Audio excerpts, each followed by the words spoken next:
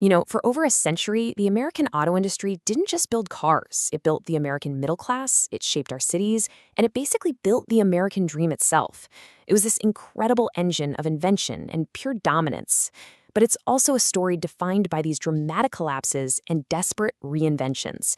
So let's dive into this incredible story of survival. So that really is the central question, isn't it? How did the absolute giants who put the entire world on wheels find themselves fighting for their very existence, time and time and time again?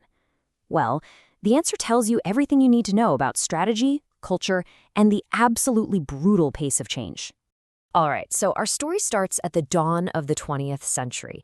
And you gotta picture it. It was this chaotic, exciting time. You had hundreds of little companies all competing, all trying to invent the future of transportation. But out of all that chaos, a few key players laid the groundwork for an absolute empire. So in just a little over 2 decades, the chessboard was set. You had Henry Ford, the true revolutionary. You had William Durant, this incredible empire builder who used Buick to found GM, then lost control of it, and then started Chevrolet just to take it all back again. And then there was Walter Chrysler, a brilliant machinist who built his company on pure engineering excellence. These were the big three. And right here, you see two completely different philosophies that were really at the heart of the entire industry. Ford's genius was making one car, the Model T, and making it so efficiently that pretty much everyone could afford one. But GM, under a guy named Alfred P. Sloan, had a totally different idea. They created a ladder of brands. The thinking was you'd start out with a Chevrolet, and as you got wealthier, you'd climb that ladder to a Pontiac, an Oldsmobile, a Buick, and then finally the crown jewel, Cadillac. GM didn't just sell cars, they sold aspiration. And this is one of the most revolutionary business decisions ever made. $5 a day. In 1914, Henry Ford doubled the factory wage. Now, this wasn't just him being generous, it was an absolute masterstroke. It totally slashed employee turnover, but more importantly, he literally created a new class of customers who could actually afford to go out and buy the very cars they were building. Genius. So these foundational strategies, they really set the stage for what came next. After World War II, Detroit enters its golden age. The big three, well, they weren't just companies anymore. They were a core part of American culture itself, totally synonymous with power, prosperity, and progress. Think about it. In the booming suburbs of the 1950s and 60s, the car you drove said everything about you.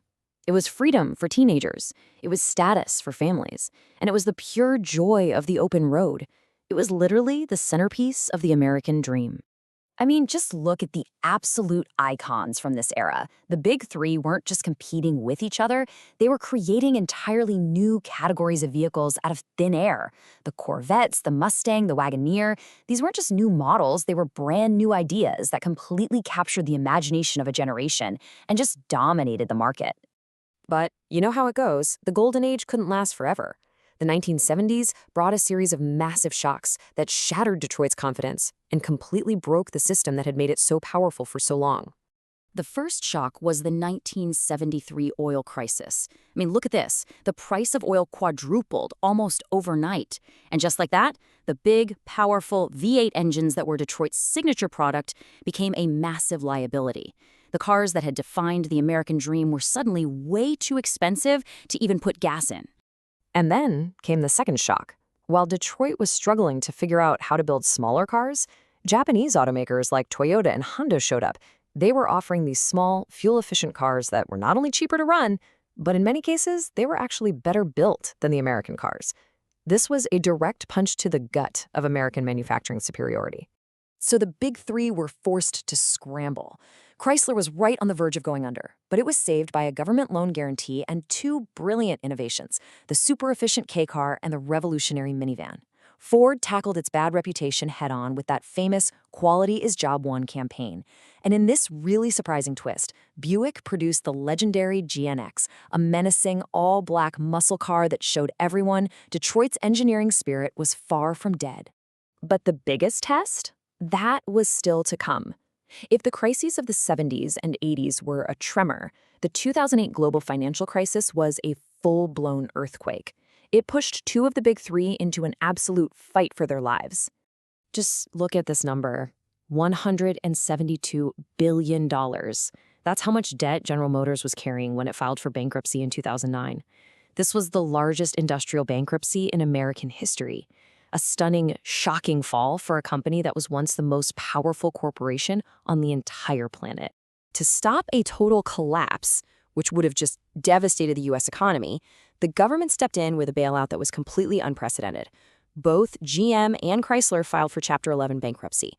The Treasury poured in billions of dollars just to keep them afloat while they went through this incredibly painful and dramatic restructuring.